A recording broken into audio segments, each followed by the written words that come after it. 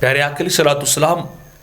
ارشاد فرماتے ہیں کہ جو شخص کسی بھوکے کو کھانا کھلاتا ہے، کسی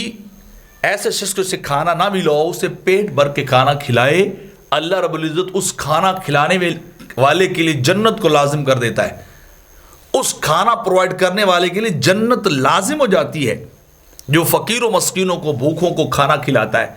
اور میرے آقا فرماتے ہیں جو ان سے کھانے کو روک لیتا ہے، یعنی ان تک کھانا نہیں پہنچاتا، اسباب ہونے کے باوجود، مال و دولت ہونے کے باوجود،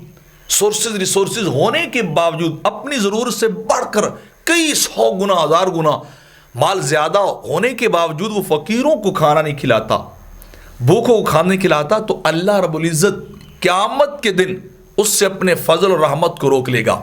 اپنے کرم کو روک لے گا. اور اس بندے کو جس کو بہت زیادہ مال و دولت اللہ نے دنیا میں دیا اور اس نے فقیروں اور بھوکوں کو نہیں کھلایا، اسے عذاب میں مبتلا کرے گا، اسے عذاب جو دے گا. اس لیے میرے آقا علیہ الصلوۃ والسلام کی ایک اور بڑا پیارا فرمان اس سے متعلق آپ نے ارشاد فرمایا کہ سخی آدمی، فقیروں مسکینوں اور بھوکوں پہ خرچ کرنے والا بندہ اللہ کے بھی قریب ہوتا ہے، اللہ کی جنت کے بھی قریب ہوتا ہے، اور اللہ کی مخلوق لوگوں کے بھی قریب ہوتا ہے. یعنی سخی بندے کو اللہ اپنا محبوب رکھتا ہے، اسے پسند کرتا ہے، اور اس کی سخاوت کی وجہ سے کہ جو اس نے اللہ کے دیے مال سے اللہ کی محبت میں اللہ کے بندوں کو کھلایا، ان کا پیٹ بھرا کھانا دیا، ضروریات کو پورا کیا،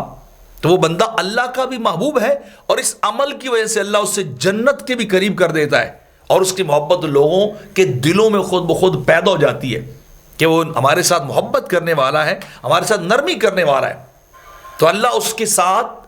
نرمی کرتا ہے، جنت کے قریب کر دیتا ہے، لوگوں کے دلوں کے اس سخی کو قریب کر دیتا ہے. اور اس کے مقابلے میں جو بخیل ہوتا ہے وہ اللہ سے بھی دور ہوتا ہے، اللہ کی جنت سے بھی دور ہوتا ہے، لیکن جہنم کے قریب ہوتا ہے. سخی جہنم سے دور ہوتا ہے، بخیل جہنم کے قریب ہوتا ہے، اور لوگوں کے دلوں میں اس کی محبت نہیں ہوتی، لوگوں سے بھی وہ دور ہوتا ہے. تو اللہ کی مخلوق کو کھانا کھلانا، مہمان نوازی کرنا،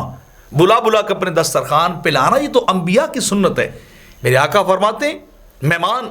اپنا لکھا ہوا رزق لے کے آتا ہے، لیکن میزبان کے کیا کرتا ہے، وہ گناہ ساتھ لے جاتا ہے.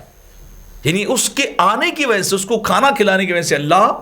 کیا ہے، میزبان کے گناہ ختم کر دیتا ہے. سیدنا ابراہیم علیہ السلام خلیل اللہ علیہ السلام کا تو طریقہ یہ تھا کہ کھانا بنا کے 2 میل تک سفر کرتے تھے، راستوں پہ چلتے تھے، ڈھونڈتے تھے کوئی مسافر بھوکا مل جائے، کوئی اور شخص مل جائے،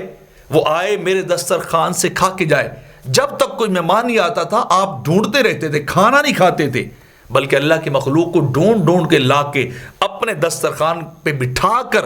ان کی مہمان نوازی کرتے تھے.